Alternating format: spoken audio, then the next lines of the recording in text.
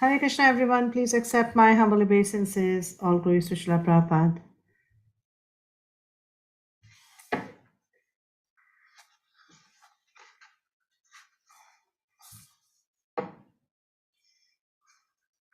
Okay, so we'll start with some prayers. Om Jnanatimirandasya Jnananjana Shalakaya Chakshurunmilitam Yena Tasmai Shri Guruve Namah Shri Chaitanya Manobhishtam Sthapitam Yena Bhutale Swayam Rupa Kadamayyam Dadati Swapadantikam Yasya prasadadagyopi sadya sarvagatam vrajet sa Shri Chaitanya Devo me Bhagavan samprasidatu Vanchakalparubhyascha kripa sindhubhya eva cha patitanam pavanebhyo vaishnavebhyo namo namah Jai Shri Krishna Chaitanya Jai Shri Krishna Chaitanya Prabhu Nityananda Shri Advaita Gadadhar Srivasadi Gaura Bhakta Vrinda Hare Krishna Krishna Krishna Hare Hare Hare Rama Rama Rama Hare Hare Namo Vishnu Padaya Krishna Presthaya Bhutale Srimate Bhakti Vedanta Swami Niti Namine Namaste Saraswate Deve Gauravani Pracharine Nirvishesha Shunyavadi Paschatya Deshatarine.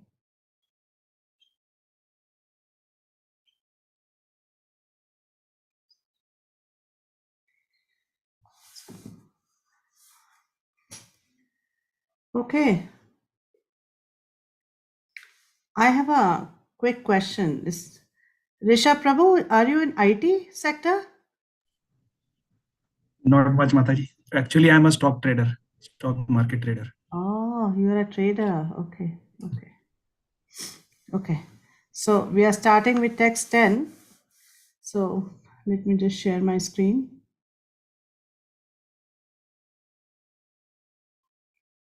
Okay. Visible, huh? Everyone can see, right? Yes, Mataji. Yes, Mataji. So I'll just chant this verse and then somebody can read the translation. Karmebhya parito hare priyataya vyaktim yayurgyaninas tebhyo jnana vimukta bhakti parama premay kanishthastata तेभ्यस्ता पशुपालपङ्कजदृशस्ताप्योऽपि साराधिका प्रेष्ठा तद्वदीयं तदीयसरसि तां नाश्रयेत् कृति. So if somebody can read the translation, 1 second, I'll just point it properly. Yeah. Hare Krishna Maji, please accept my humble obeisances. In the Shastra, it is said that of all types of fruitive workers, he who is advanced in knowledge of the higher values of life is favored by the Supreme Lord Hari.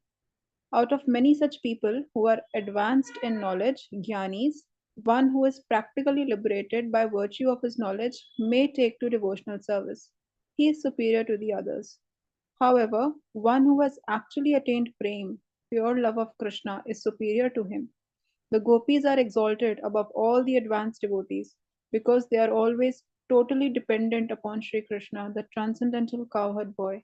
Among the gopis, Srimati Radharani is the most dear to Krishna. Her Kunda lake is as profoundly dear to Lord Krishna as this most beloved of the gopis. Who then will not reside at Radhakund and in a spiritual body surcharged with ecstatic devotional feelings, a prakrita bhava, render loving service to the divine couple Sri Sri Radha Govind, who perform their Ashtakaliya Leela, their eternal eightfold daily pastimes. Indeed, those who execute devotional service on the banks of Radha Kund are the most fortunate people in the universe. Hare Krishna.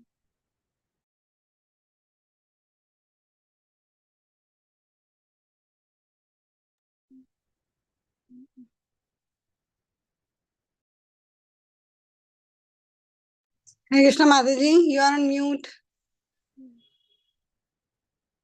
Thank you. So, in the verse number 9, Srila Rupa Goswami gave us the gradation of different places. He mentioned that Vaikuntha, greater than Vaikuntha is Mathura, higher than Mathura is Vrindavan, and higher than Vrindavan is Govardhan, and then the highest most is Radhakund. And here he is giving us the gradation of devotees, like Karmis, Jnanis, Bhaktas, among the Bhaktas, Gopis, and Radharani. Like that. So we get to see the gradation of different devotees in this verse. So Prabhupada says, at the present moment, almost everyone is engaged in some kind of fruitive activity. Those who are desirous of gaining material profits by working are called karmis or fruitive workers. All living entities within this material world have come under the spell of Maya. And then he says, sages have divided the energies of the Supreme Personality of Godhead into three categories, namely the spiritual energy, marginal energy, and the material energy. And we read about this even in Bhagavad Gita in detail. Then he says the material energy is considered to be the third class energy, Tritiya Shakti. Those living beings within the jurisdiction of the material energy sometimes engage themselves like dogs and hogs in working very hard simply for sense gratification. However, in this life or after executing pious activities in the next life, some karmis become strongly attracted to performing various kinds of sacrifices mentioned in the Vedas, and thus on the strength of their pious merit, they are elevated to heavenly planets. So we read about this even in Bhagavad Gita, and so I'm not going to explain this because you have gone through the entire Bhagavad Gita, so you know this. And then Prabhupada says, although such persons may be elevated to the heavenly planets by their pious activities, and although they may enjoy life there for thousands of years, they nonetheless must return to this planet when the results of their pious activities are exhausted. Shine Pune Mritilokam Gat Vishanti, right? We read this in Bhagavad Gita also. And then he says that among the karmis are some vikarmis, people who act without the guidance of Vedic knowledge. So these people are below the karmis because they don't even follow the Vedas. Karmis are the ones who follow the Vedas for sense gratification. They want a better birth, some better facility. But vikarmis are the ones who don't even follow the guidance of Vedic knowledge.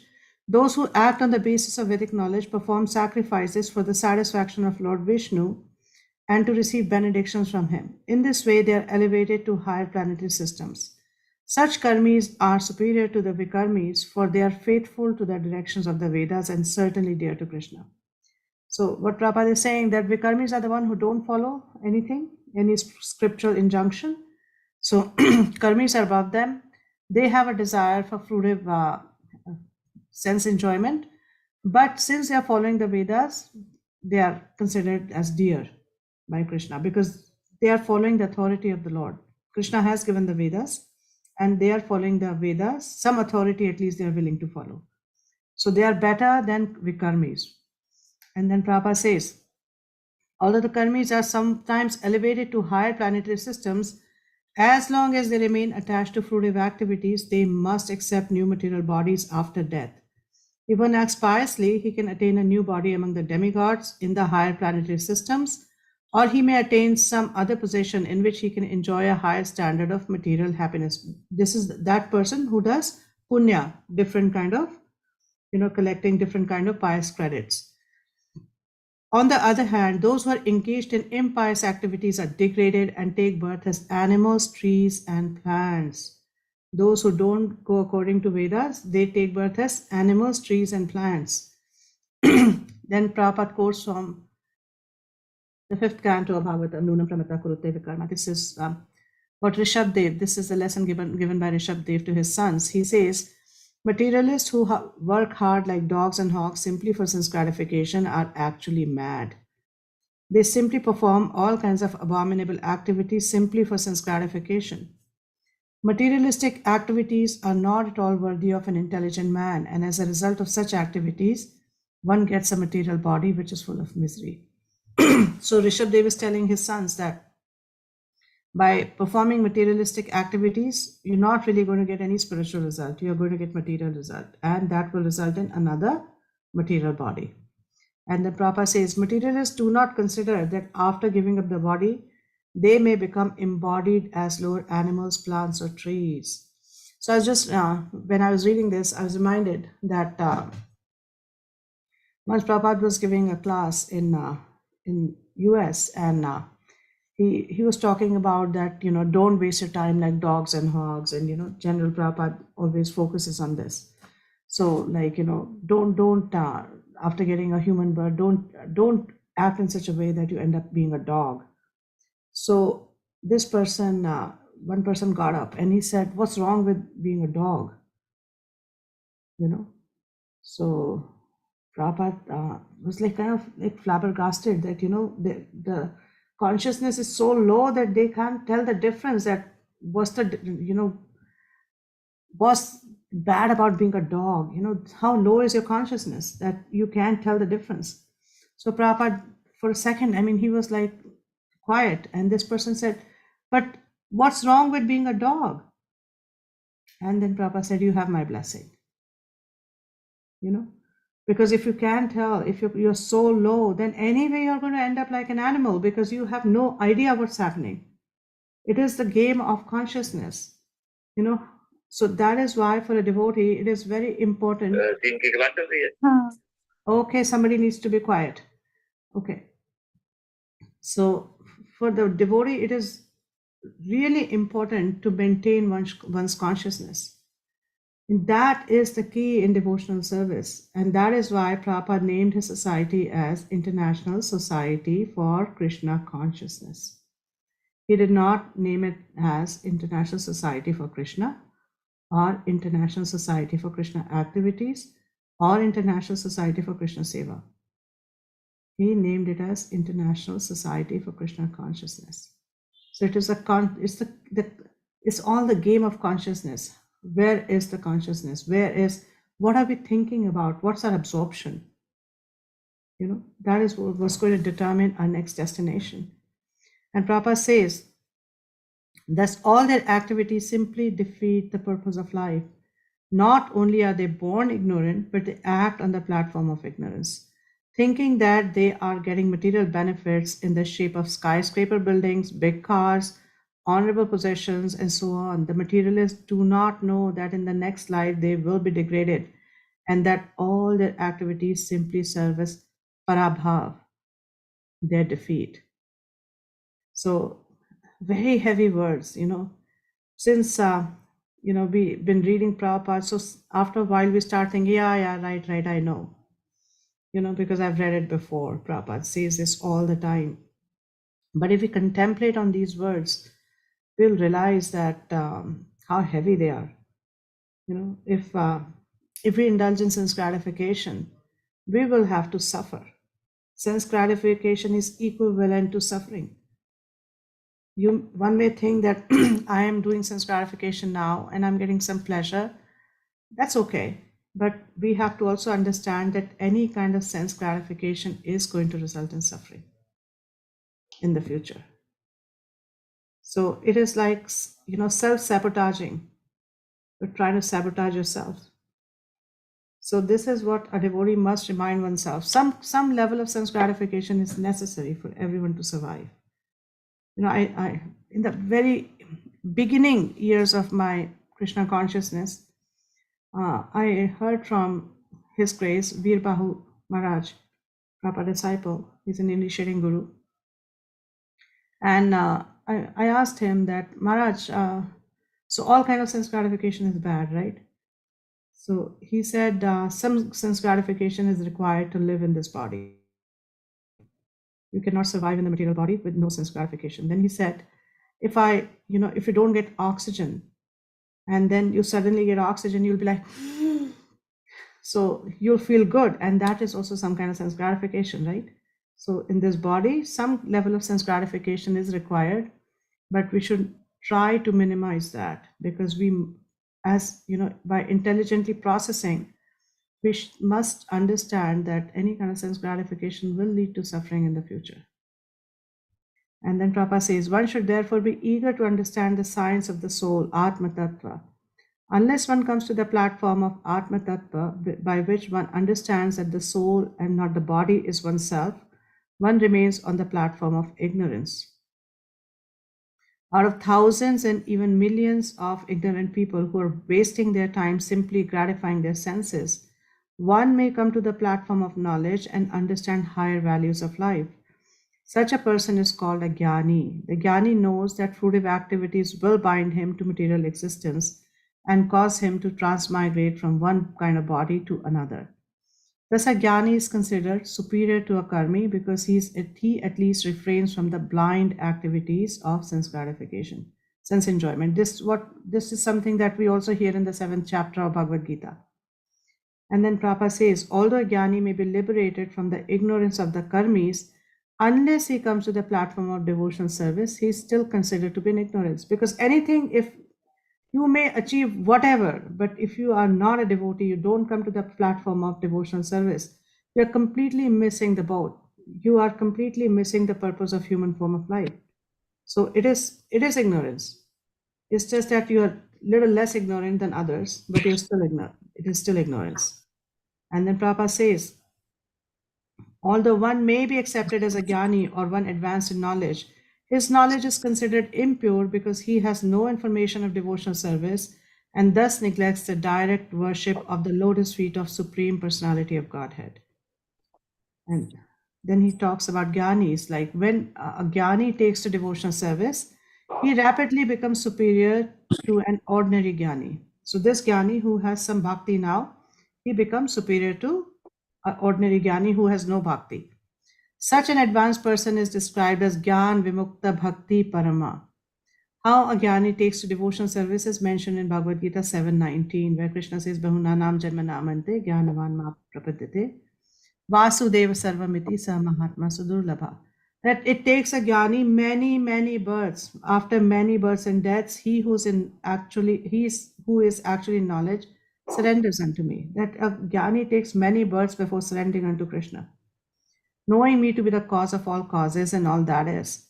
Such a great soul is very, very rare. Actually, a person is wise when he surrenders unto the lotus feet of Krishna, but such a Mahatma, great soul, is very rare.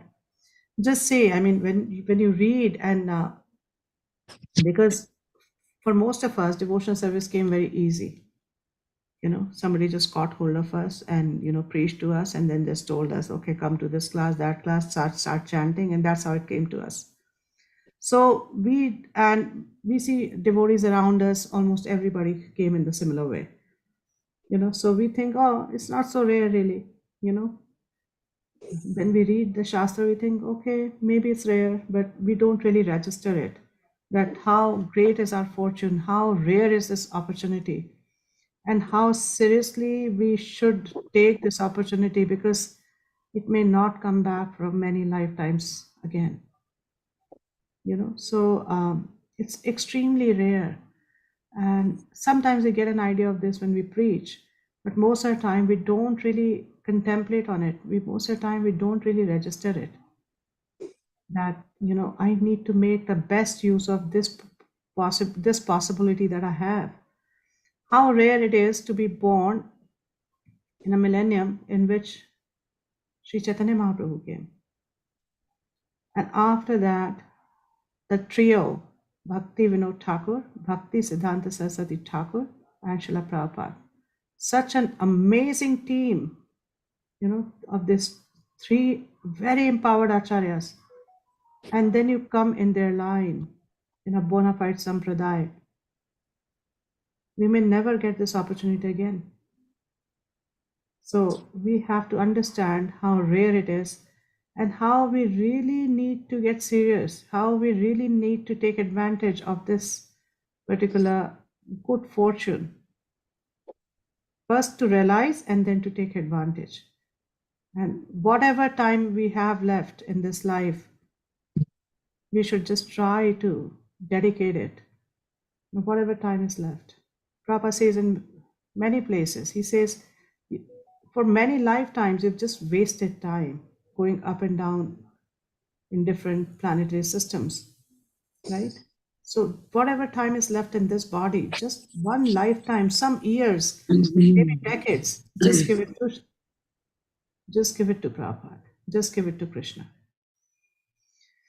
And then Prabhupada says, of all these devotees, the gopis are recognized as superior because they do not know anything other than satisfying Krishna. Nor do the gopis expect any return from Krishna. So this is ahetuki apratihata. Eyatma su prasidati. When Krishna left Vrindavan for Mathura, the gopis became most dejected and spent the rest of their lives simply crying in separation from Krishna.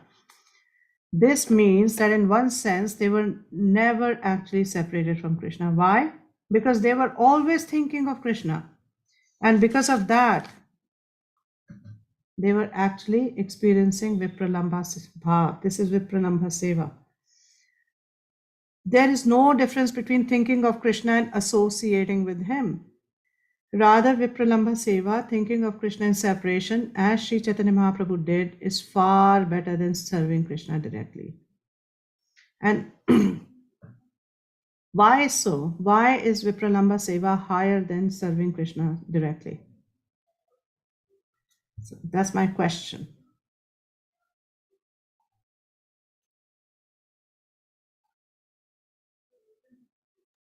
Hare Krishna. Hare Krishna. Being present also, we are not in association with them because we are not thinking about that person. We may be in other world also, but while remembering, we will thinking about that person, thinking, feeling, and willing is on that person. Whereas in association, we only may be present inside, but we could not have that feelings. And whereas in Vipralambha Seva, we are having all thinking, feeling, and willing. Okay. Anybody else? Thank you. Mataji, in separation, obviously I don't understand these terms, but whatever I've heard, that in that a devotee is seeing Krishna everywhere. Like indirectly serving, maybe there is only one Krishna. But when a devotee is serving in separation, then in everything they are seeing Krishna. For example, if it comes to the gopis, then when Krishna was not present, so in everything, like Tamal tree, they would see Krishna is there and everything would remind them of Krishna. That's true. So this is what happens in Vipralambha. The mind is so absorbed, the consciousness is so absorbed in that person that one sees that person everywhere, in everything.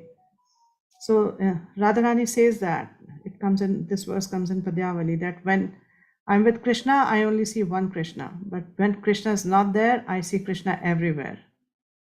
So that's why Vipralambha Seva is higher, because the experience is a lot deeper, and also one sees that object of love everywhere.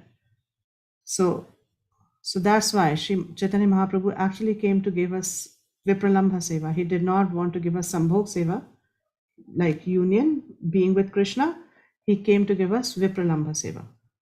And then Prabhupada says, thus of all the devotees who have developed unalloyed devotional love for Krishna, the gopis are most exalted.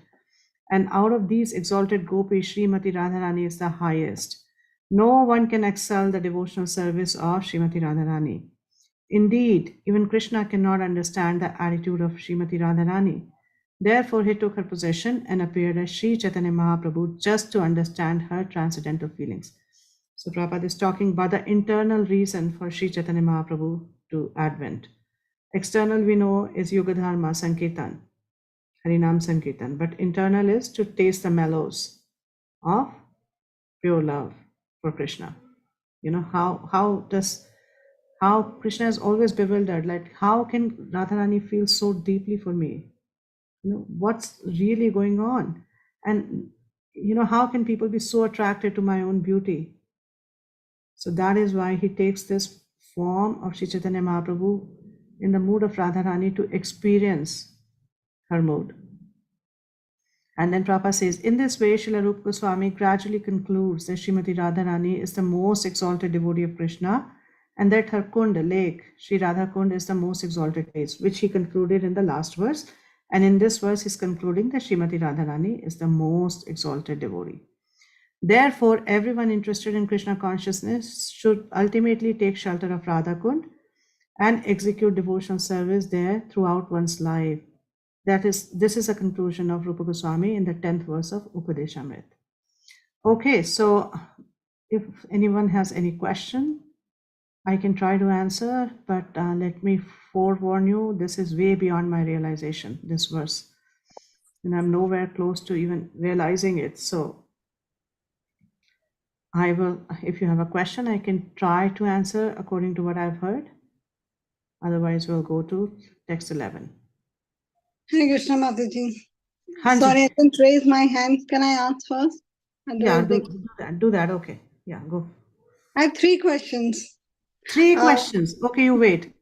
Okay. No. 2 from this verse only, Okay. and 1 also that I want little more explanation on my question I asked in the previous classes. Okay. So, 2 questions is that, see, everybody says that when we speak of the spiritual subjects and the time and all, then everybody speaks that we are in the material world and we are so we can only relate with the time frame, right? This happened that time in that yuga, like that.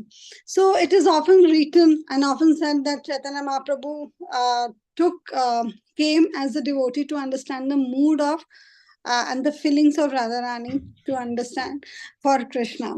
So, Mataji, I often wonder that there is one Shwetadeep where Chaitanya Mahaprabhu permanently resides. It's a spiritual abode. So, how to understand it? This feeling must have come at some point of time, and then Chaitanya Mahaprabhu, Krishna expanded himself as Chaitanya Mahaprabhu also, and then he took the position of a devotee, right? And when Krishna himself, Swam Krishna comes, then Chaitanya Mahaprabhu follows. So it must have happened No, sometime. not Chaitanya Mahaprabhu comes otherwise also, but Swayam Bhagwan Gaur comes only when Krishna comes as himself. Okay, so when Swayam Krishna comes, then Swayam Bhagwan Chaitanya Gaur Mahaprabhu comes. Okay. Otherwise, the Vishnu Krishna comes, Yeah. and then Vishnu Chaitanya Mahaprabhu comes. He only does Harinam Sankirtan. He does not taste the mellows of Radharani. So internal reason is not there. Yeah. Okay. So I hope I could explain to you my question that like Swam Krishna is there, the Swam Chaitanya Mahaprabhu must be there. And the internal reason that is mentioned that why Chaitanya Mahaprabhu came or advented himself as Chaitanya Mahaprabhu. So it must be there, but only thing that when Swam Krishna comes, then Chaitanya Mahaprabhu comes, right? Yeah. What's your question? This is my question, because when we read these lines, then it seems so that, Chaitanya Mahaprabhu came only for the first time. Oh, no. Okay, got it. Okay. Just like Krishna hasn't come for the first time in, this millennium. So similarly, Chaitanya Mahaprabhu also hasn't come for the first time. So this goes on. These are Nitya Leelas. Yeah. This goes on. So every time Swayam Bhagwan Krishna comes, Swayam Bhagwan Gaur follows. So wherever now Swayam Krishna is there, then the Swayam God will also follow, right? Yes, yes, So they both have the personal abode in the spiritual world, Shwetadeep yes, and yes. Okay, fine. Mataji, I still remember once there was a yatra from Gurgaon, long time back, maybe 8 years back.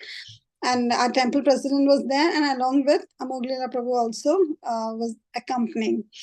So we went to the Radha Kund, and before that, I also visited Radha Kund many times. And since I told you that when I started going with the devotees, then the real glory of Vrindavan came up. He said, Amoglila Prabhu said, when we went there, this is the most beautiful place in the entire material world, like that. You know how does he speak? Then okay, I heard, and he sang very nice bhajan that we still remember. So Mataji, I'm so fallen, though I know that this is very glorious. The Shastra speaks. Can you share some glories of or some revelation or some devotee's revelation about this Radha Kund? I only know one story when I think Akbar came and he said to I don't know which Goswami, that I want to build a temple, and he went into the kunda and could see the whole Golok Dham was there.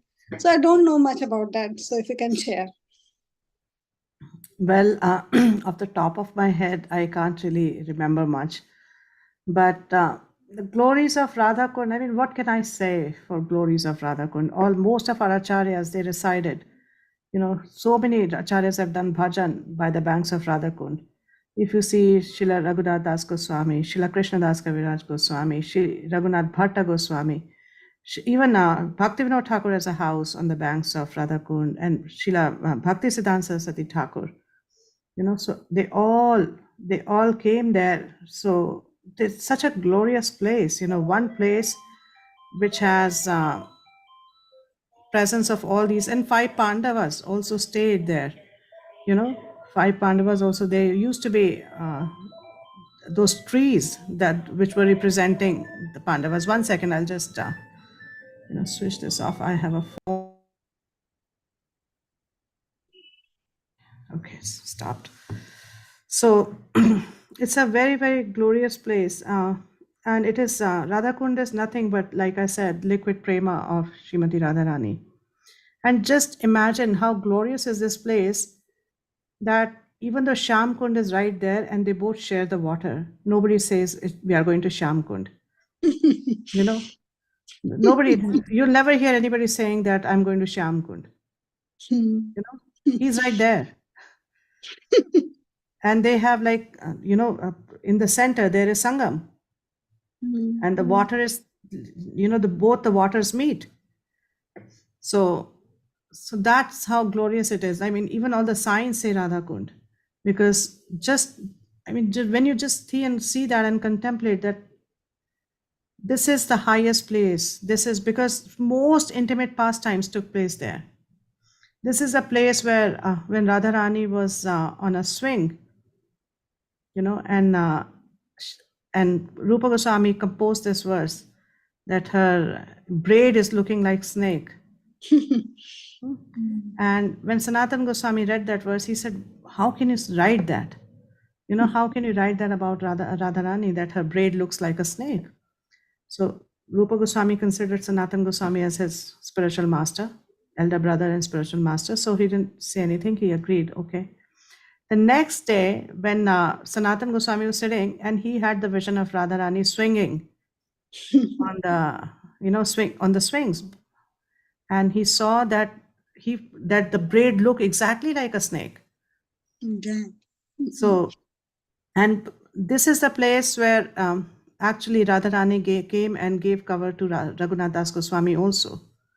Raghunath Das Goswami used to stay there without making a place, hut.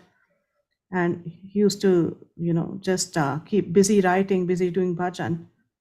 And Radharani came, and it was a very sunny day. She gave him shelter using her pallu. And that's when Sanatana Goswami saw that, and he got very angry. He said, how can you take seva from Srimati Radharani. So you must build a hut for yourself. So it's a very amazing place with really amazing pastimes. So what can I say about Radha Kund? I mean, I have no adhikar at all. But I go with as a rule because my spiritual master does not step into Radha Kund. So we also don't do that. We just take Achman and we just take 3 drops of water on our head. But sometimes I visit Radha Kund with my counselor, my mentor, and she bathes in Radha Kund. So I just stand there and I just do some prayers or something, and she bathes. So I'll tell you what her practice is.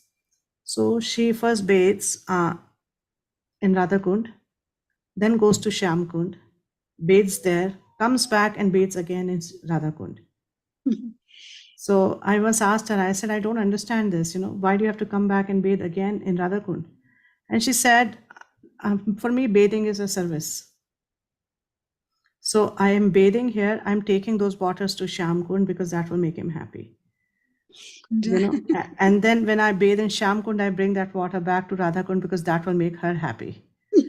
So those are the kind of people who can, really appreciate what Radha Kund is all about.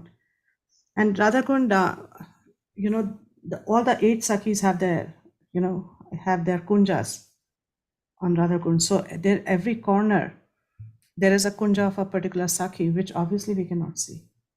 But it is mentioned in the Shastra, like how all 8 Sakhis have their kunja on the banks of Radha Kund. So it's an amazing place. What can be said? Thank you. Okay. So okay, let others ask. I will ask my other 3rd question later on. Kanchan Varna. Hi, Krishna Maji. Hare Krishna. Maji, as you mentioned that a little sense gratification is required to remain in this material body.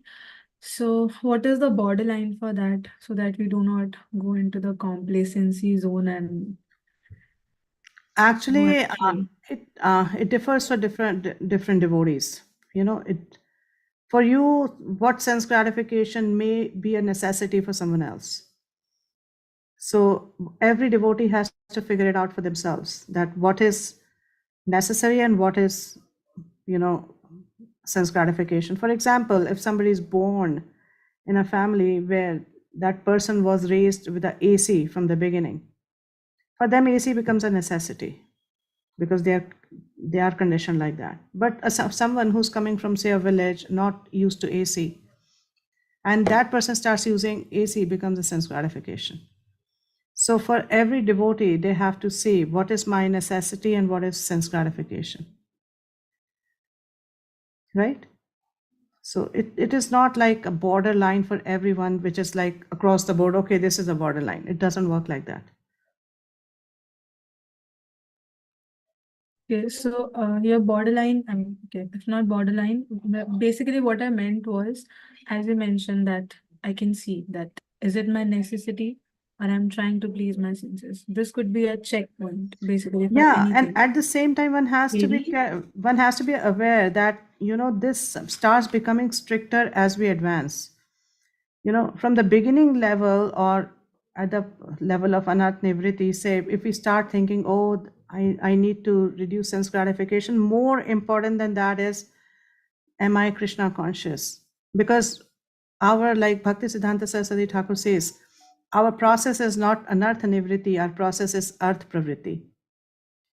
That we put in positive, we don't worry so much about negative. We are aware of it, but that's not our absorption. Our absorption is how to positively reinforce Krishna consciousness. If we are Krishna conscious and we come on the platform of being a servant as we advance, and the more we get absorbed in that real identity, lesser will be the sense gratification automatically, because a servant always thinks that I'm a servant of my master. All these things are meant for my master, not for me. I don't know if did I answer your question? Yes, Mataji. Developing the right mood and trying to be more stricter. not only stricter, more Krishna conscious. Always remember Krishna, never forget Krishna. That is the bottom line. That is actually the rule. That is the principle. That is the topmost principle. Everything else is below that. So if you are so absorbed, oh, I don't do this, I should not do this, but you don't remember Krishna, what's the value of it? So whatever helps you remember Krishna, that is the topmost principle. Everything else is secondary to that. Okay? Harshita? Oh, so you were saying something? Did you want to say something? No, Mataji, I was just saying thank you. Yes, got it. Harshita? Hare Krishna, Maji. Maji, Hare I have two questions. First is many devotees dip their beads into Radha Kund. What is the mood behind it? Because Tulsi beads, anyways, never get contaminated. So, what is the mood behind that? Just to get the potency of that place, the potency, the water contains the potency. Just to get that potency. Yeah. Okay. Not like washing the beads or something, because anyways, Tulsi No. beads are not Washing, contaminated. no, we don't need to wash the beads. The holy name is topmost. You're chanting the holy name and you are chanting on Tulsi beads. So no need to wash it. We are not trying to purify those beads. We are trying to just get the potency of that holy place or holy waters as well on our side, whatever we can bring on our side to help us. And Mataji, what did Srila Prabhupada say regarding Radha Kund? Like here he says, the text says that everyone should ultimately take shelter of Radha Kund. So what I understand by ultimately is that at the end, when they are at a very high stage and when they are at like completely, they can do bhajan only, they can be completely absorbed. That state, I think, ultimately. So what This is Prabhupada not really, Prabhupada didn't mean just physical residence. Although, he will say that everyone should reside. In the next verse, he'll say that. But we have to understand that it is more on a mental, like thinking platform that, what's happening in Radhakund. But this comes out at the stage of bhava, that we become absorbed in our eternal service and we become absorbed in our eternal possession. So this is a very high stage. So some people, I know of two instances where when this book first came out, that Prabhupada had gone on a parikrama with some of his disciples, and they came to Radhakund, and Prabhupada was sitting at a place and giving a class. And then when he came to the banks of Radhakund, he saw his disciples swimming in Radhakund and playing with each other. Those water sports. And Prabhupada he became livid. He was so angry. He asked them, he said, what are these people doing? And he told them, come out. And then he said, you have no idea what this place is. And, you are playing in the waters of Radhakund like monkeys. So that just shows that even when, if our spiritual master is of the mood that we should take bath in Radhakund, when we go to Radhakund, we should be extremely, extremely reverent and be very careful not to do any offenses. And till the time we don't have that kind of developed consciousness, we should only go with devotees, and we should be very careful. Because highest mercy also means highest offense. So, yeah. Yes. So Mansi, did Prabhupada forbade his devotees that to bathe or to in Radha From Kund? what I know, after Prabhupada brought his disciples back, he never took bath in Radhakund. He himself never took bath in Radhakund. And To set an I example. don't know that he forbade anybody, like, he directly told anybody not to do so. I am not aware of that. But some of his disciples saw that he never took, so they decided that if Prabhupada doesn't think he should be taking the bath, then we also won't take the bath. Like, for example, my spiritual master is of the mood. He shares this often, that he was in a class of Srila Prabhupada in Vrindavan temple. And Prabhupada mentioned, some devotees were there, and Prabhupada mentioned in that class that touching your feet to Radha Kund is like kicking Radharani. So he said that, and my Guru Maharaj decided, I'm not going to ever enter the waters of Radha Kund. So that's why, like, since we are his followers, so we also don't do it. But I know a lot of ISKCON gurus who take bath, and their disciples also do. So it depends on the mood of your spiritual master. Okay, that's okay. Okay. Yes, Mataji, thank you. Rishabh? So we should not as per a particular devotee's consciousness. We should go as per what the spiritual master's mood is. Yes, yes. Thank you, Mataji. Rishabh Prabhu? Hare Krishna, Mate. Hare Krishna. Mate, it is said that Vaishnava Nav Yatha Shambhu, and here it is said that Radharani the topmost devotee. So how we understand that who is topmost? In terms of rasa, Radharani, there's no comparison with Shivan, right? Because Radharani is the internal potency. She represents the internal potency of Krishna.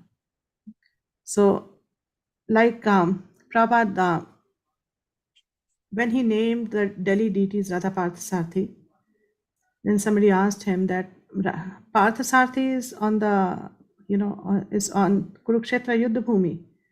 How can Radharani be there? Why name deities Radha Parthasarthi? So Prabhupada said, turned back and said, so are you trying to say that Krishna is without Radharani sometimes? Krishna is never without Radharani because she represents his internal potency. So, but we also don't compare devotees. It's an offense to compare devotees. We don't compare who's higher, who's lower, but we have to understand that Radharani's position cannot be compared. It is a very different level altogether. And that is why Lord Shiva glorifies. Radha Kripa Kataksh is Shiva's glorification of Radharani.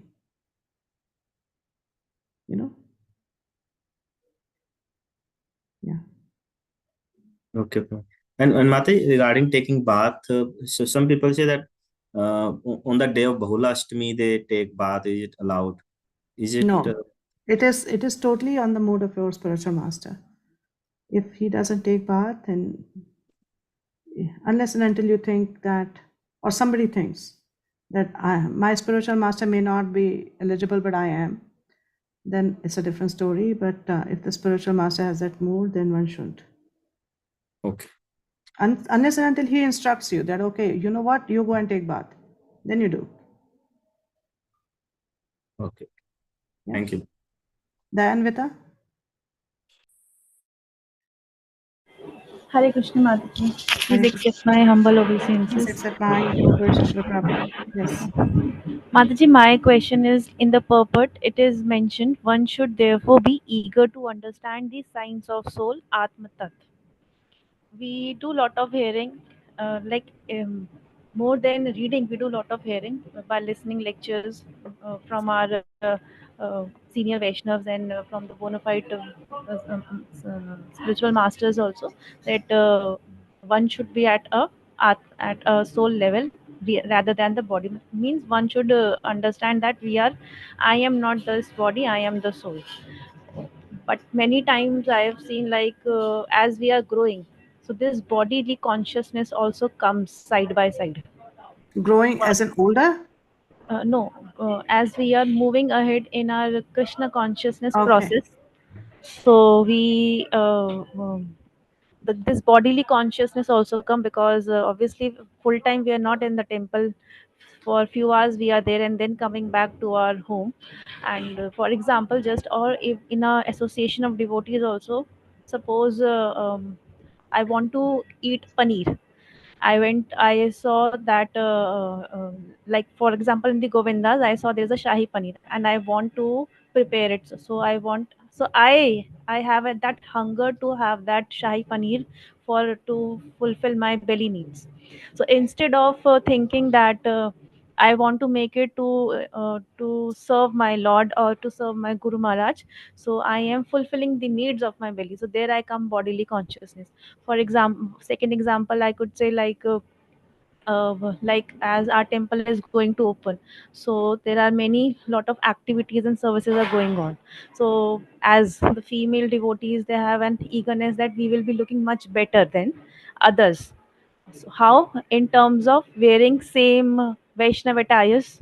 So purchasing it for all the devotees, and so that is also something like we are coming bodily consciousness rather than cleansing our internal consciousness that Radha Mata will be coming, so I should learn those prayers, or Panch Tattva will be coming, so I should recite those mantras to build my to cultivate.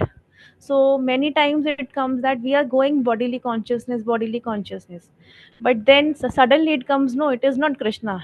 Krishna is not coming here because I am wearing very fancy dresses to impress others.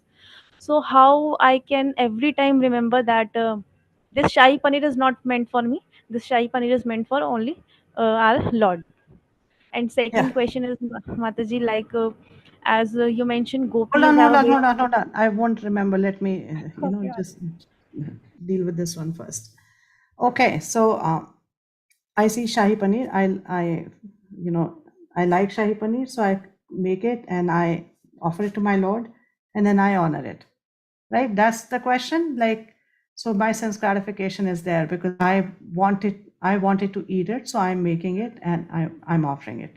Yes, Mataji. Instead of Okay. thinking that maybe Jagannath ji wants to have Shahi Paneer and he likes it, so I should prepare for him rather than Yeah. for myself. See, the thing is, devotee, as we grow further in our spiritual life, then we try to find out the deities that we have, what do they like? Like, that, okay, if you have Nitai, Gaur Nitai, then you know that they like Shak, they like Shukta, they like, all these kind of things. So we make those things for them. Even though you don't like it, you will make it that this is what my Lord likes.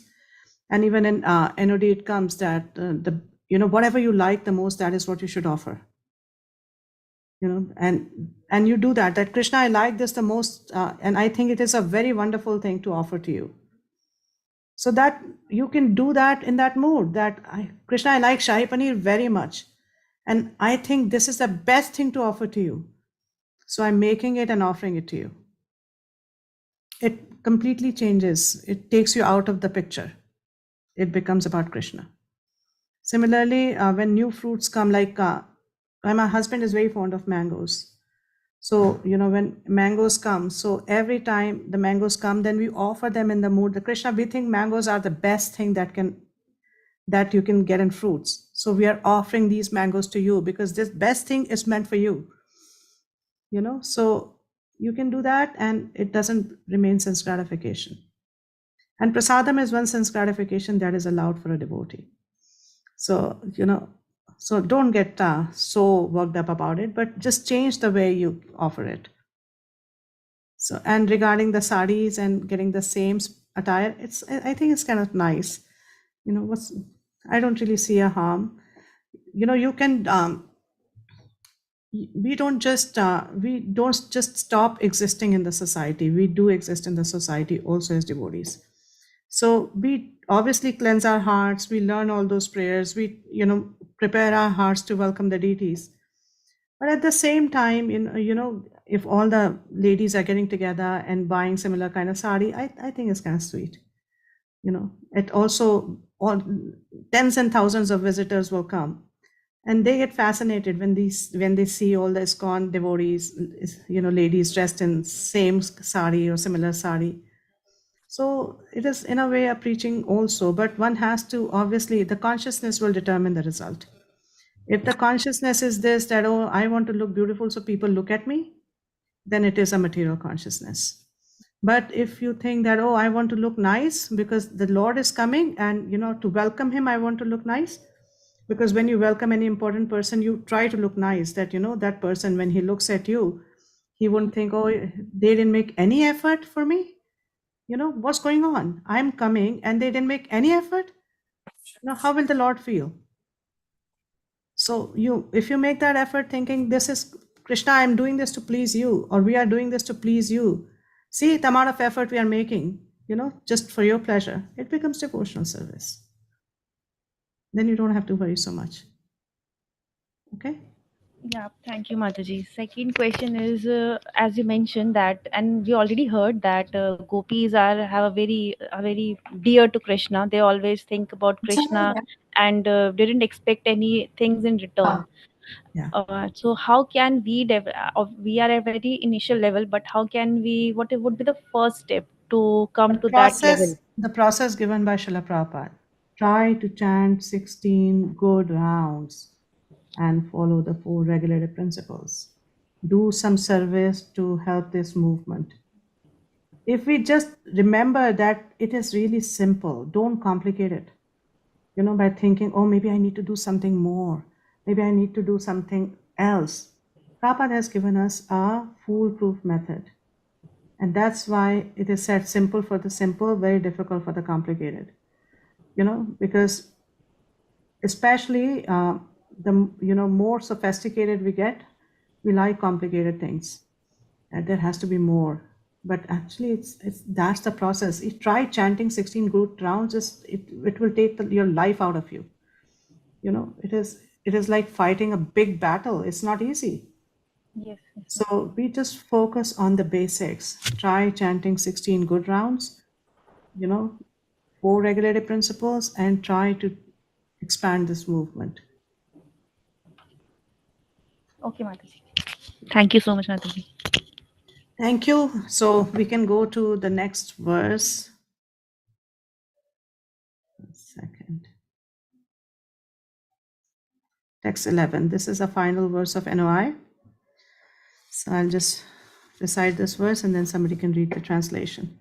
Krishnasyochai pranaya vasati preyasibhyopi radha kundam chasya munibhirabitas tadrageva vyadhai yat preshtherapi alamasulbham kim punar bhakti bhajam tat premedam sakridapi sara snaturaviskaroti. Somebody can read. Of the many objects of favor, delight, and of all the lovable damsels of Vrajabhumi, Srimati Radharani is certainly the most treasured object of Krishna's love. And in every respect, her divine Kunda is described by great sages as similarly dear to him. Undoubtedly, Radha Kund is very rarely attained even by the great devotees. Therefore, it is even more difficult for ordinary devotees to attain. If one simply bathes once within these holy waters, one's pure love of Krishna is fully aroused. Jai. So, Prabhupada says, why is Radhakund so exalted? The lake is so exalted, but because it belongs to Srimati Radharani. And this was the benediction Krishna gave, that Arishtasura Leela. He gave this benediction to Srimati Radharani, that whoever bathes in your lake will become the most dear to me. So that is why, because it belongs to Srimati Radharani. Among all the gopis, she is the most beloved. Similarly, her lake, Sri Radhakund, is also described by great sages as the lake that is as dear to Krishna as Radha herself. Indeed, Krishna's love for Radhakund and Srimati Radharani is the same in all respects. Radhakund is very rarely attained, even by great personalities fully engaged in devotional service, not to speak of ordinary devotees who are only engaged in the practice of Vaidhi Bhakti. So when we read this, we have to understand this attainment is not physical. This attainment is entering those pastimes which take place in Radhakund. This is not physical. Tomorrow we may decide, oh, really? I can just go buy a place there and start staying, and then, How does Prabhupada say that Radha Kund is very rarely attained? This is not physical residence. And the Prabhupada quotes from Srila Bhakti Vinod Thakur. Srila Bhakti Vinod Thakur writes in this connection that Sri Radha Kund is the most select place for those interested in advancing their devotional service in the wake of the lady friend Sakhis and confidential serving maids Manjaris of Srimati Radharani. Living entities who are eager to return home to the transcendental kingdom of God, Golok Vrindavan, by means of attaining their spiritual body, Siddha Deha, should live at Radha Kund, take shelter of the confidential serving maids of Sri Radha, and under their direction, engage constantly in her service. This happens at the stage of bhava, because before that, you don't know what your position in the spiritual world is. You don't know what your swarup is. So, you may be a gopa, and why will you take shelter of Radharani and her gopis and manjaris, So this happens at the level of bhava. This is the most exalted method for those engaged in devotional service under the protection of Sri Chaitanya Mahaprabhu. In this connection, Srila Bhakti Siddhanta Saraswati Thakur writes that even great sages and great devotees like Narad and Sanak do not get an opportunity to come to Radha Kund to take their baths. What then to speak of ordinary devotees? If by great fortune one gets an opportunity to come to Radha Kund and bathe even once, he can develop his transcendental love for Krishna exactly as gopis did. So now some people might get confused that, oh, Prabhupada is saying that one should take bath here. So how do we really understand that especially about those people who don't take bath? So in the Shastra, it is said that bathing can be done in maybe 5 or 7, I'm forgetting the number, 5 ways. You can bathe in Harinam, you can do Achman, that is as good as bathing. There is one physical bathing. So there are a couple more, it's just slipping my mind right now. But bathing can be done in many ways. Even mentally, one can bathe, right? So it's not just that physically one has to bathe, one has to understand the essence. Prabhupada is saying it is also recommended that one should live on the banks of Radha Kund and should be absorbed in the loving service of the Lord. One should bathe there regularly and give up all material conceptions, taking shelter of Sri Radha and her assistant gopis. If one is thus constantly engaged during his lifetime, after giving up the body, he will return back to Godhead to serve Sri Radha in the same way as he contemplated during his life on the banks of Radha Kund. The conclusion is that to live on the banks of Radha Kund and to bathe there daily constitute the highest perfection of devotional service. By serving Radha Kund, one can get an opportunity to become an assistant of Srimati Radharani under the guidance of the gopis. Okay, so it was a very short verse. So Rishabh Prabhu, I was just remembering the question that you asked. A similar question Narad Muni asked, and this is in Brihad Bhagavatamrita. He wants to figure out that which devotee actually got the highest mercy of Krishna. So because highest mercy means he's the most exalted, that person. The person who's the most exalted devotee means that person has received highest mercy of Krishna. So he goes through like from a brahmana to a king to, like this. And Shiva also comes in that. And then he directs him to Prahlad, that you go to Prahlad, he is higher than me. Then Prahlad directs him to Pandavas. And then Pandavas direct him to, Dwarka Vasis.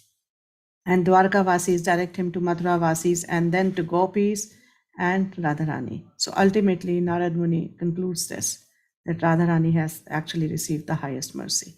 So in the Shastras, you'll see that many devotees are, sometimes said that they are the highest. Even Arjun, sometimes is said he's the highest. Sometimes, Shiva is said. So we don't compare. We don't compare the devotees, but we understand that Radharani's position is unique. And we also understand from Brihad Bhagavatamrita that different devotees have received different levels of mercy, and because they're in different rasa, the pleasure that Krishna derives from those devotees is also a little different. So that's how we understand it. We don't really compare, because if you say it, I would really suggest that once you have started reading Bhagavatam, you should also read Sri Brihad Bhagavatamrita. It's an amazing, amazing work. And in that, you'll see that Every devotee, they're so humble. I mean, that is devotional service. You'll get the mood of a devotee. And they'll say, I have, Narad would go to a devotee and start glorifying them. That I have heard your glories. Like he goes to Prahlad Maharaj, he said, I've heard your glories from Lord Shiva, and you have received so much mercy. And the mood of a devotee is, what are you saying? I have not received any mercy. I was born in the family of demons. What mercy are you talking about? My father gave Krishna's, my father hated Krishna so much. I did not receive any mercy. And then Pandavas. And when he goes to Pandavas and he says, oh, by the way, I came to know that you received the highest mercy. And then they'll say, we did not receive any mercy. It is so beautiful. That's the mood of a devotee. A devotee knows I'm living on mercy, and yet he thinks that I have not been able to use that mercy. So it's a very paradoxical kind of a situation that that I'm here only because of Krishna's mercy. I've gotten so much of his mercy. And at the same time, you think I did not get any mercy because I could not use it. So it's a very, you see this mood throughout Brihad Bhagavatamrita. It's a very beautiful work. Okay, so any final question before we end? Thank you. Mandaleshwar Prabhu. Very much, Mataji, for elaborating so much. Thank you. Thank you very much. Mataji, one question on this verse. The lot of benefits which are being described in of being bathing in Radha Kund. But how do we understand when we see people who are taking bath in Radha Kund, but they are before and after they are the same, continuing with the same activities of material activities? Yeah, that's the great science of Krishna consciousness. Because like I was telling you about this counselor of mine, my mentor, and the mood. For them, when you have that mood of service, it is never the mood of that I'll be benefited. We never approach anything from our point of view. We approach everything as we grow older in devotional service. We approach everything in the mood of service. So even if I'm taking bath in Radha Kund, it's a service. Even if I'm, honoring the garland of the Lord, it is a service. It is never for my enjoyment. It is never for my pleasure. It is always in the mood of service. So the problem is that most of us don't have that mood. And I would say the problem is also because we are not really trained like this also. Nobody talks about it. We don't really get trained like this. And so devotees keep doing this lifetimes after lifetimes. So, but we have to realize that if we have the proper mood, there is incredible amount of mercy that comes. And the mercy coming, and if we are able to utilize it, then it results in really, it's like, downhill running. When you run on a slope, how fast can you run? Really fast, because it's a slope. So it's like that. Okay. Thank you, Mataji. Beautiful explanation. Okay. Mandaleshwar Prabhu. Hare Krishna, Mataji. Hare Krishna, Dandana Prabhu. Mataji, in that in Radharani's, I was reading one book. It's like Govinda Lila Amrit, and one book is it's Mahakavya, Mahakavya. And this thing, You were reading Govinda Lilamrit? yes, Mataji. I was somebody in class. He was telling, means Anand Indra Prabhu has told that if you read this, you will go to Golokdam. In his message was like that, but I could not. When I started the reading, I could not really grasp that the mood. Yeah, the thing is, Indra Prabhu can say that because he used to chant 128 rounds a day. He was absorbed in the holy name. Yes. We are struggling to complete 16 rounds. We are struggling to chant maybe a few good rounds. So this is way beyond our level of comprehension. So don't go by what what these devotees say. Go by, you can ask your spiritual master that, should I read or not read? And it is very helpful because I'll give you an example. When I joined Krishna consciousness, I was always a bookworm. I love reading. I can read 8, 10, 20 hours a day. So I just love to read. And so I went to the bookshop in our temple and I saw all these books, and it was like a kid in a candy store. So I was like so excited. Oh, wonderful, so many books. So I started telling them, give them Brihad Bhagavatamrita, give me this, give me that. And my senior was standing there and he knew that I had joined a week back. And then he told me, he said, you know what, just wait. Don't go to these books right now. Please, first you get your philosophy right, because otherwise, you will not derive the benefit you are supposed to derive from these books. So that was such a valuable lesson for me, because now when I look back, when I finally read Brihad Bhagavatamrita, and I thought about it, that, if I had read it that time, what would I have really understood? Nothing. What's happening? Narad Muni is going from one devotee to another, to another, to another. What's really going on? So, it is helpful if we do it under some guidance. And sometimes the stuff is so high that, if we are not enough purified, it can actually bewilder us. So just spiritual life is, you need to tread very carefully, because, things which are beneficial for others may completely destroy you. So one has to be very careful in spiritual life. So remain under the shelter. It will help you. Okay? Yes, Mataji. But Mataji, it is that this material world is exactly the reflection of the Spiritual. world. If you see that, when I was reading a little bit, I got the point that it is exactly reflection of that part. Yes. But Yes. the nature of mind is not functioning like that. Means our consciousness is not like that to understand the things in that way. That's why we could not understand the books, or if we should read after the guidelines, what guidelines the spiritual master, because we are in so isolated place, not in a big place. You can write to your spiritual master, right? You can write to him. But yeah. You can write to his servant that, can you please ask the spiritual master if I can do this? Yeah. So do that. Do that. This is also a trick of the mind that, my spiritual master is not around, so who do I ask? The connection with the spiritual master is at the heart level, it is not physical. So we have to develop this heart connection.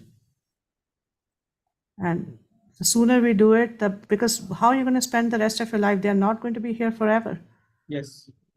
So if you don't develop this heart connection, how are you going to survive? Can you a little bit elaborate, Mataji? Heart connection means? Heart connection means, like Prabhupada, when Prabhupada came to Mayapur, he straight away came to the temple. And a lot of his godbrothers criticized that, he did not even stop at Bhakti Siddhanta Saraswati Thakur's, Samadhi, because Chaitanya Math comes on the way to ISKCON.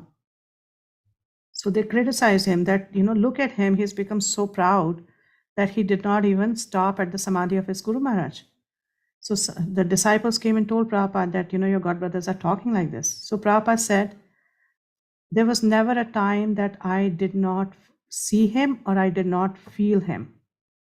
My Guru Maharaj is always with me. And so this is because of the connection. And the more we work on it, more we develop while they're still physically present, easier it would be for us to do it when they're not. Okay? And we do that by really meditating on their instructions and trying to fulfill those instructions. And they may not be personal instructions. They may be instructions that you heard in a class. So a lot of people, think, oh, well, I never got any personal instructions, so I don't know what's the instruction. So I always say that spiritual master is coming and giving a Bhagavatam class and he's giving instructions. Who are they for? Who are supposed to hear those instructions? If they're not for the disciples, why is he speaking? Who is he speaking for? Right? So these instructions, meditate on them, pray to him, Guru Maharaj, please help me. And this is how we develop a spiritual connection. We become Guru conscious also, because our way to Krishna is through Guru. Mataji, but there are mental speculations and there are, you are telling the heart connection. In between two, how can we understand the real thing? Yeah. Because If you think it's, first of all, as you do more and more, it will start becoming clear to you that is it the mind or is it the heart? And in the beginning times, you can even pray to your Guru Maharaj. Maharaj, I'm getting this inspiration. I don't know if it's my mind or if it's you. So please clear it for me. And you'll be amazed how spiritual life works. You'll be amazed. I can give you an example. I had to go for a surgery in 2015 and I did not want to. I was like finding all kind of excuses. Oh, no. I was suffering a lot. So my doctor suggested that you're suffering so much, you go for the surgery, it will help you. And I just kept postponing, thinking, oh, I should not do it. I should not do it. I was finding excuses. Oh, Guru Maharaj Vyas Puja is coming. I don't want to do it now. And then Kartik is coming, so I don't want to do it then. So like that, I was finding excuses. And then my mentor told me that, okay, nothing is really convincing you, so you pray to your Guru Maharaj. My Guru Maharaj was not in India at that time. He was traveling. So, and I knew he was not going to come back for another month or so. So I started praying. And that time, those days, I used to edit his books. I used to edit his lecture books. So I was reading, I was going through the text, and I came across this line that sometimes surgery is necessary. Sometimes surgery is necessary, and one should make that something to that effect, that one should opt for it. So, and I could not believe that, I'm praying to him that, Maharaj, should I go for surgery or not? And this is what I'm getting to read. So if you pray, if you have that mood, Guru is present in the heart of a disciple. So, let him speak. So pray to him so he can intervene in your life. Okay? okay, Mother. Thank you very much. Harshita? Hare Krishna Maharaj. Hare Maharaj, Krishna. like you said that Achman is also a type of bathing. So by Achman, like we do in the DTs, like sip 3 times and then Yeah. So Maharaj, we hear that all the waters are transcendental. They are not to be viewed with the material vision, but our vision is still material. So it happened at Vrinda Kund. There are 2 lakes. One is Gupt Kund and one is Vrinda Kund. So my friend did Achman at the Gupt Kund. So seeing her, I also did, but it is the water there is not like the water that we do Achman with at home. It's not crystal clear. So I know what Gupta Kund is like. Okay, so tell me. So like all the kundas, like it is not like our normal waters. What I'm trying to say is that I was very scared. If we are not able to appreciate that place, and we can see the impurities, you can just take water and put it on your head. You don't have to sip it. Artificially, we should not do it and then keep putting. Better not do it, better just do it like this. Like I know so many people who don't bathe in Yamuna because they know Yamuna water is contaminated, so they don't bathe in Yamuna. But one of a very senior devotee, I know she bathes in Yamuna regularly. So I told her once, I said, Madhiji, it's like really contaminated water, please don't bathe in Yamuna. She said, how can Vrindavan be without Yamuna? This is the real Yamuna. So when she said that, so I figured that Yamuna actually manifests for her. It's not manifesting for me because I'm seeing that contaminated water, but she's not seeing that contaminated water. So Yamuna herself manifests for her, so it depends. If you are not able to appreciate, don't do it artificially. Just take, 3 drops on your head. Thank you, Mazi. And Mazi, can you please explain what you meant by that we're not trained, that we're not being trained in that way? Like I feel in our movement, not much is talked about developing heart connection. Not much is talked about, maintaining your consciousness. Not much is talked about being real. So that's what I'm saying. That a lot of times we just, try to keep doing this service, that service, that service, that service, and think that that's going to take us back to Godhead. No. So Maji, So- how can we train ourselves? Because as you said, only by kripa only and by consciousness Yeah, only so will we pray for it. Prayer answers everything. We pray for it. We introspect, become deep, go deep inside. Because the change that will come from the internal change is going to stay. External change does not stay. The change has to come from the internal side. So become more contemplative, become more introspective, and pray. Acharyas have given so many prayers. If you don't know how to pray, pick up the prayer that resonates with your heart and, use that. Okay? Yes, ma'am. And Maji, one thing regarding books reading order, like Okay, I don't believe in reading order, really. I'm not the right person to ask. I believe in reading what inspires you. Maji, but you just said that we should. Yeah, like acharyas, I think, especially like these high ones, which are about the conjugal pastimes of the Lord, then we should, not really get into it straight away. We should first prepare our consciousness for that. But if you're reading Prabhupada books, you can even start from 10th canto and you'll be safe, because Prabhupada will make sure that you get the philosophy. So Maji, how do we understand that Srila Prabhupada said that first you should read Bhagavad Gita because it's graduate study, then you should go Bhagavatam, and that was systematically mentioned in the introduction also, that systematically you should go chapter by chapter. Yeah, and you then should try to go systematically, but if you are inspired to read Bhagavatam and you've not finished Bhagavad Gita, go. Do something, do what's inspiring you. Don't get stuck on this that, oh, first Bhagavad Gita, till the time I don't finish it, I will not start Bhagavatam. Oh, till the time I don't finish Bhagavatam, I'm not going to start CC. It doesn't work like that.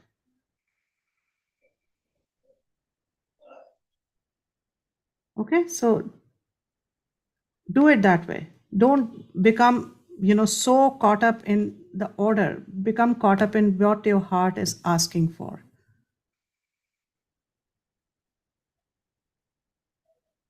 So I don't believe in reading order actually, so I'm not really the right person to ask. And if you want an order, maybe somebody else can give it to you, but I don't have it and I don't believe in it. Okay? I can see you're confused. I'm very sorry. I didn't want to confuse you. Prabhupada says so many times that Bhagavad Gita is graduate, then And Prabhupada also says that if you read about Krishna from anywhere, you can start anywhere and it tastes like rasgulla. It says that. So we have to take all these statements in context. The people he was talking to, these devotees, he stayed with them only for 10 years. They were 1 year, 2 year old in the movement. So he did not, and those times, a lot of his god brothers had books coming out like Ujjwal Neelamani and all these kind of books. So that is why Prabhupada wanted to make sure that they develop properly before they jump onto these books. Yeah, so we have to see things in context. Is that okay? Yes, ma'am. Thank you, ma'am. Thank you. Anandita? Mataji, thank you so much for your all replies to all the questions. I also have a doubt, like some of your god sisters, some of your devotee friends, and your members gift you something. So even I also I don't know whether I should expect, but even I also expect that if I give to them something, then they should have it. They should wear it or use it. So I also feel the same, that if I'm not going to use it, then I may offend them because they have given with so much of love. So, and I don't know, I don't want to comment on anybody, but is it right that what should be the mood that we should use it because they have given with so much of love? And sometimes devotees may see that, oh, I don't like this, I like this. So they should have this vision. What is the right mood? Yeah, see, sometimes like devotees give me saris which I cannot wear. You know, it is, I cannot wear it. You know, it's just as simple as that. Not because they're bad, but that's just not, I cannot carry it. You know, I somehow, like somebody gave me a sari which was like really chadak matak. I don't wear such clothes. You know, I can't carry it. So I told them, I said, I'm very grateful for the gift you have given me, but I won't be able to wear it. Is it okay if I give it to somebody who can use it? You know, so you can tell them that, because if you even use it, you'll use it once. It's not really using it. You'll just wear it just to make them happy, but you won't be able to use it, really use it. So might as well give it to somebody who can really make good use of it. But you can tell them, like I have given sometimes some things to my mentor, and she very openly said, I'm not going to be able to use this, but I want to gift it to this person. Is that okay with you? Okay. Yeah. So without offending them, and if they say no, it's not okay with me, you use it, then okay, you use it. Okay, so in such a situation, like the things that is that you really cannot wear in temple programs and like that, I got your point, but still, is it right that, oh, I don't like it, I don't like this color, or maybe like the fabric is fine. You are an individual. You have your own likes and dislikes in that way. You don't have to like everything. You know, we don't become like we don't become impersonalists that all of us are same, all of us like the same things, all of us like everything. No, where's the individuality there? Okay. Okay, got your point. Mataji, in the previous classes, I brought up on a point that tasyaham anugrahami. So you answered so many other things, but I also wanted to ask one thing, that first of all, in the so-called favorable situations in which you can do your bhakti nicely, and you can cope up with chota mota jo bhi ghar mein problem hai, you can cope up with all these things, right? But when I was giving one example, I will not name her, but when I see her, that then I really feel that this shloka Prabhupada said at that point of time when his Ahmedabad, no, Lucknow factory was burnt and all. So these are something, for me is I cannot even think of. So what I contemplate, what I think, that the situation, that much worse situation, maybe financially or physically or mentally, is not right there right now. But how to take it? Even I'm not thinking to pray for it, because if I pray, I commit so many mistakes. I don't do, many times I don't do aarti on time. I don't chant my quality rounds. Then I think that if I'm going to pray to Krishna, oh Krishna, I didn't do this, please give me, punish me whatever way you like. So I don't have that courage also, because if Krishna's little punishment may be very high for me, so I know that Krishna cares for me, that he will give me only that much I can take it. So first of all, what I want to say, that I don't have that maybe courage or situation right now, but how how devotees are so composed in those opposing situations. What should be the mood when it comes on? Because when I really look her, then I really wonder that she's so composed.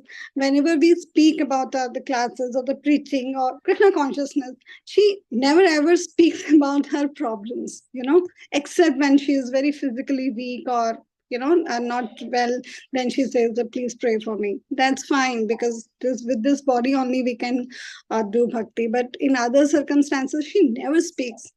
If I ask, then once I asked her, then she said, oh, कभी कोई problem नहीं हुई. तो मतलब she is so simple. So how to maintain that attitude in Yeah, the reversing situations? see, you can maintain that attitude if you understand what's really going on, what's really happening. So, like I said in the, I think maybe like last class or class before that, that if you are fully convinced that Krishna is my well-wisher, if you're fully convinced that he is the controller and nothing happens without his sanction, what is there to complain really?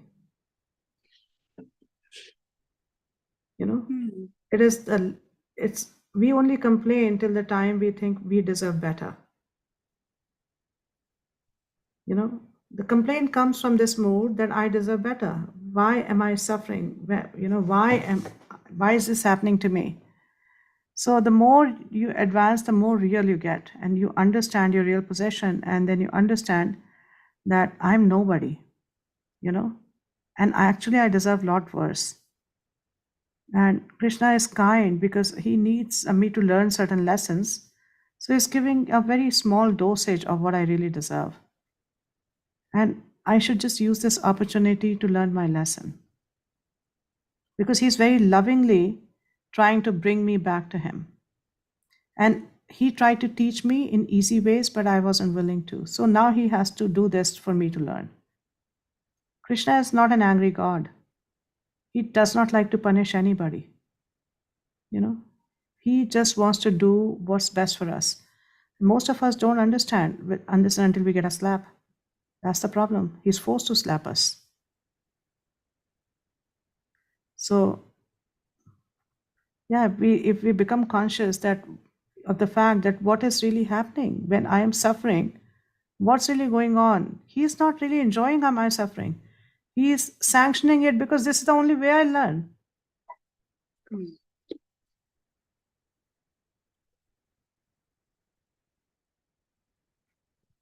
That's his mercy, actually, because he's not giving up on us that, okay, you didn't hear it nicely. Okay, go, you know what? You can go rot in the material world. I'm not going to bother telling you again. He's not like that. He's extremely merciful. Even though when we don't learn, he doesn't get frustrated. He still keeps trying. Is that okay? Yes, Mataji. Thank you. Thank you so much. Okay, our time is over. But Mukunda Priya, this is the first question she's asking today. So Mukunda Priya? Mataji, most of the time, Hare Krishna, Mataji. Mataji, most of the time I get answer from the devotees' questions. Yes. But so, Mataji, one thing, maybe it's a very material question, but it's continuing in my mind for so many days. So I thought of asking you, Mataji. Mataji, there are few material people which are not in the bhakti. They get very, very frequent visit to Vrindavan, even Radharani's place and all this. And sometimes I'm because not even staying in India, so it's very difficult for me to go to that place. So sometimes I feel like inferior, like what I have done or why I'm so, distant. So how to take this? Like, okay, maybe it's their past, relationship with her and all these things. But in their material life, I see they're not very advanced, but they have very frequent visit to different places, not even Vrindavan, to other dhams also. I'm going to ask you a counter question. Okay. So Mukunda Priya, what could be the reason that Krishna is not letting you visit these places? What could be some reasons? Let's start. Okay, maybe others can also participate. What could be the reason that Krishna is not letting you visit Dham as much as allowing, say, some materialistic people to visit? That's your question, right? Yeah, that frequently, or maybe like So what do you think? I am still not able to go. So I heard like Barsana is just like a bedroom. Got it. So people can enter to your drawing room, but cannot enter into your guest room until unless it's allowed to do. Got it. So okay, people. Love in separation. Love in separation. Okay, Harshita. Mazi, so that the more we hanker, the more we will be able to relish and be grateful to Krishna when we go, and we will be value it more when we Yeah. finally get. Okay, thank you. Yeah. Okay, Dayanvita. Crying for Krishna because Mataji has intensely have a desire to visit the Dham and relish it very Yeah. peacefully and relatably. But those people who are materialistic, they are just visiting, and we can relish the Dham from our ears also. So that is crying for Krishna. Okay, good. Kanchanavarna. We are where our mind is. So if we are not able to go to the dham, then we are even more conscious of that dham. Yeah. We are thinking the dham constantly, Yeah. and that's how we are being in Yeah, dham. actually, We are wherever. we read about Vipralamba Seva just now, Mukunda Priya, right? How, Vipralamba Seva is higher than Sambhog. This is what Chaitanya Mahaprabhu is teaching us. So, and this was a lesson I actually learned during COVID. We used to visit Vrindavan because staying in NCR, it's very easy to go to Vrindavan. So I used to visit Vrindavan quite often. And then COVID, 2 years, I could not go, because I didn't want to really take a chance. So I did not go. And the more Vrindavan conscious I was during those 2 years than those times when I would go physically, because I was thinking what's happening in Vrindavan, what's going on, Radhe Shyam, so I was more Vrindavan conscious. So it is not about physical proximity. It is about where your mind or consciousness is. So people may be going, but you don't really enter Vrindavan by being on the surface of Vrindavan. You enter Vrindavan through your consciousness. Is that okay? Yes, Mataji.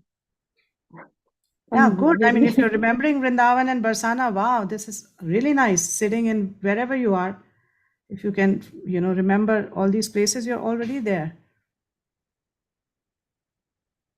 Thank you, Mataji. I'm really very, thankful to all the devotees for their answer. It's really touched me. Yeah, माता जी sometimes. इस ओर से शायद ना हिंदी सबर का फल मीठा होता है So making her Yeah, very yeah. sweet. When you get to go, you will really hanker, and it will be very sweet meeting there. Very sweet to see the deities, the pastime places. It will be really, really sweet.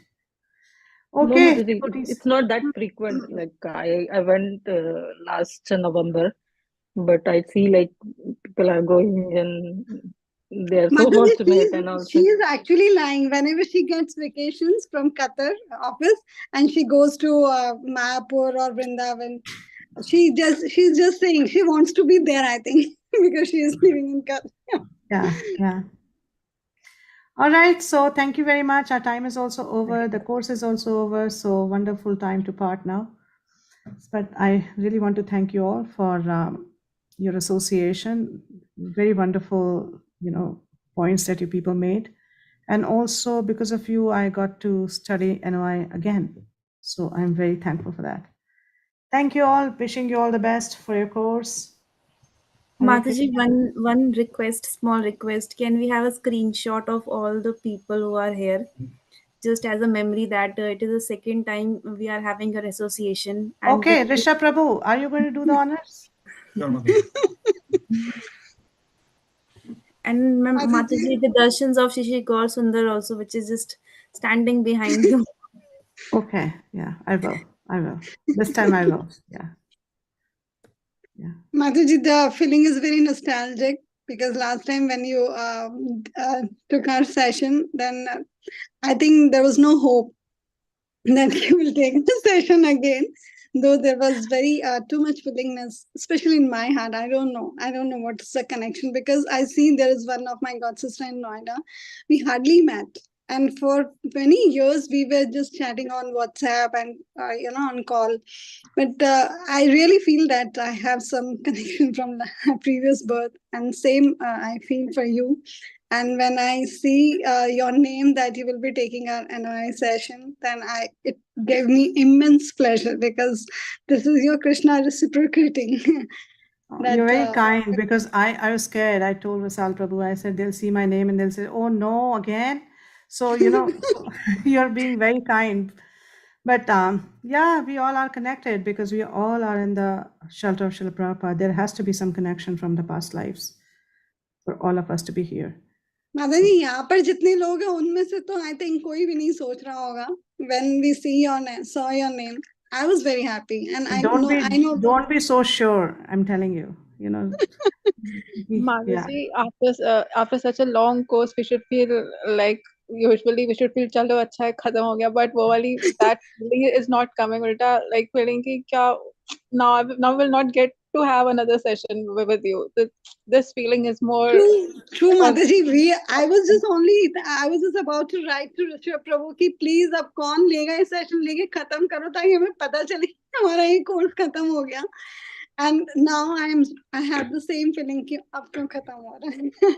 Yeah, I mean, I had to like agree to this under duress because I'm teaching, Bhakti Sastri during the day as well.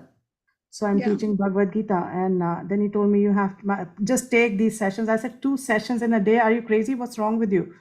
So, then he said, no, just do it. These people have been waiting for too long. That course is kind of suspended. Just do it and finish it off. I couldn't say no to him. So I said, okay, okay, I'll do it. So, but I'm very glad that I got to, because you people are wonderful, even though it took you guys time to get a little charged, but you still are wonderful. And Prabhupada says that Krishna consciousness is wonderful, and you are wonderful, Mataji. So that's why all of us are wonderful because we are under the shelter of the most wonderful Srila Prabhupada. Jai. Yes. Thank you very much. Wishing you all the best. Mataji, can I get your entry to any of your class? Because this is the only source for me to associate with senior devotee like you. First of all, I'm not senior. Okay, so let me just clarify that. Okay, Mataji. For anybody in the class is senior for me. Yeah. So, okay, I do have a few classes which I run.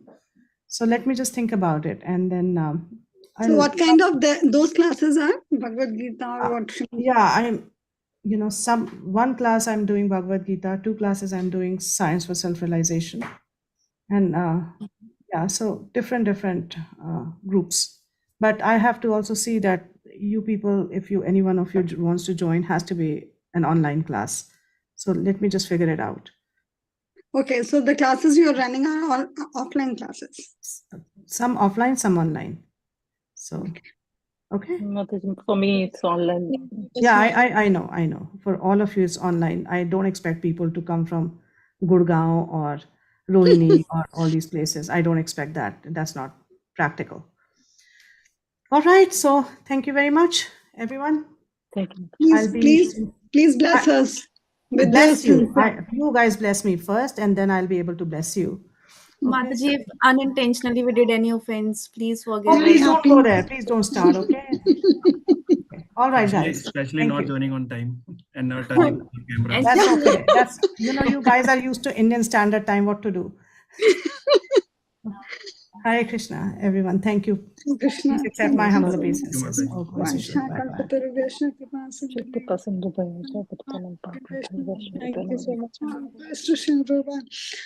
Thank you so much, Rishabh Prabhu. अब हमारा paper भी करवा दो जल्दी से. माता जी तैयारी भी करवा दीजिएगा आप. क्या? अब इनको पकड़ो ये बहुत दिनों बाद हाथ लगे. जो क्वेरीज है इनसे लो आप. सबसे पहले तो सीरिए दीजिए और ये बताइए और श्लोका हम भेज देंगे. ठीक है, अब इसमें डिले मत करिएगा. ठीक है. Thank you all for your kind association. मेरे को ऐसा लग रहा था कि मैंने इंग्लिश बैच ज्वाइन करके बहुत लंबा तो नहीं कर लिया, but I am very happy to be in both the batches. And thank you for bearing with me. So we were also benefited by your insightful questions in every class. Sorry, I'm not. I see you little girls, Kanchan Varna, Harshita Mataji. I'm so inspired. Literally, I'm speaking from my heart that you guys I'm double to your age, you know. आप लोग इतने छोटी as में इतना अच्छे से कर रहे हो ना, that आज वो थी ना एक जो सिक्किम से थी, आज विनीता प्रधान माता जी नहीं आए, माता जी ने पूछा कि तुम स्कूल के साथ कर लेती हो? हाँ मैं कर लेता हूँ. She is so sweet, you know. 16 years girl कैसे 16 राउंड्स करके जाती है. मानसी एक जो थी उसमें उसकी सिस्टर है, she stands 16 rounds in the morning and then goes to the school.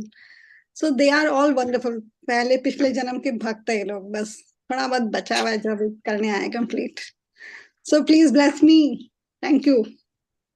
Thank you Rishabh Prabhu. Please sorry also बहुत बार आपको पर्सनली और ग्रुप में आपने हमें झेला है.